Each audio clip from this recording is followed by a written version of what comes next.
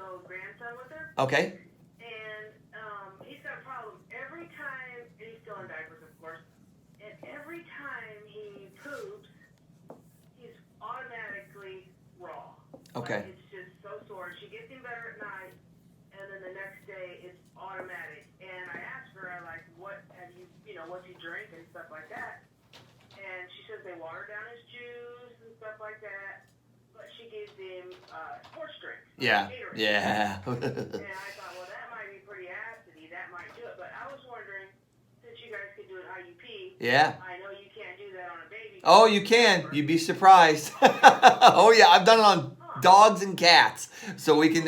Oh yeah. You just got to wring it out. That's really the reality of it. You may have to do cloth for a day or two to catch up. But yeah, absolutely, you absolutely can. So guys, let's go ahead and finish your question because I want to record this for people so they can. This is a really good one for us.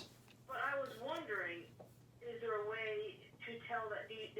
Will it tell in an IUP, or do you have to do something with the stool sample? Yeah, no. So here's what we do, and this is a great question, guys. So we got a caller here.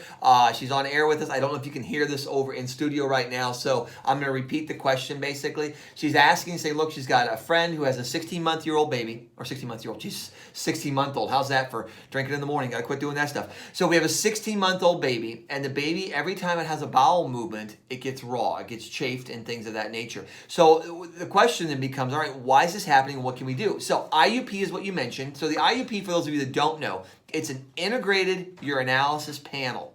It's a way to look at what the body's holding on to and what it's throwing away. In this case, yeah, I would do cloth diapers, have the parents every hour check them, wring them out.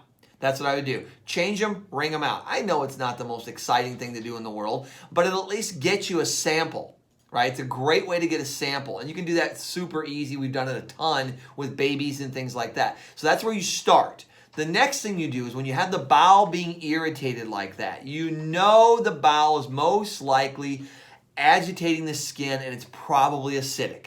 So you were right, dead on with your assumption there. It is probably acidic. So look for acidifying foods, things that tend to make the body more acid pH. Sugar, hands down, does it across the board. Or the baby's eating large amounts of steak, which I highly doubt, right? So if it's not lots and lots of protein, it's got to be sugar. Now you said, well, they're doing Gatorades and things like that.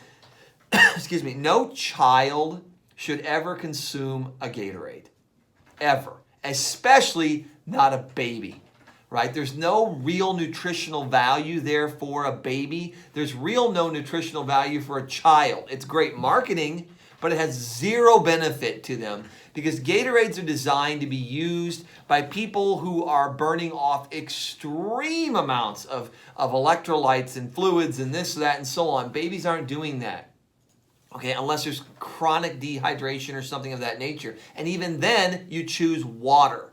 Now, you said juices, Gatorade, that's lots of sugar on every end, right? So you got lots of sugar going through that bowel. So my first thing I would do, if they're not able to do an IUP, I would put in an enzyme blend to digest the food.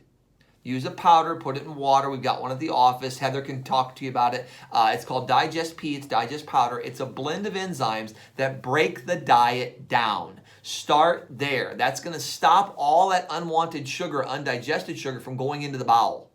And if you slow that down and stop it from going into the bowel like that, now the bacteria and things that are eating it and producing a waste, which is probably what's aggravating the tissue, that all stops. So that's an easy, quick fix for this sort of thing. And it should fix it right away. Then try to regulate the diet a little bit. Say, all right, can we get away from some of the obvious sugars? Not all the time. I understand it's not easy, but at least half.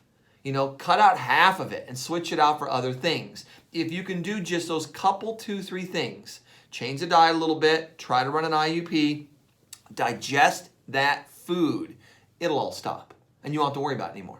It'll be done deal, bowel will re-regulate itself, whatever's going on will just go away. And it's that simple. So it's a great call. I really appreciate it. We got to take a break here real quick, guys, and thank you for your call, hon.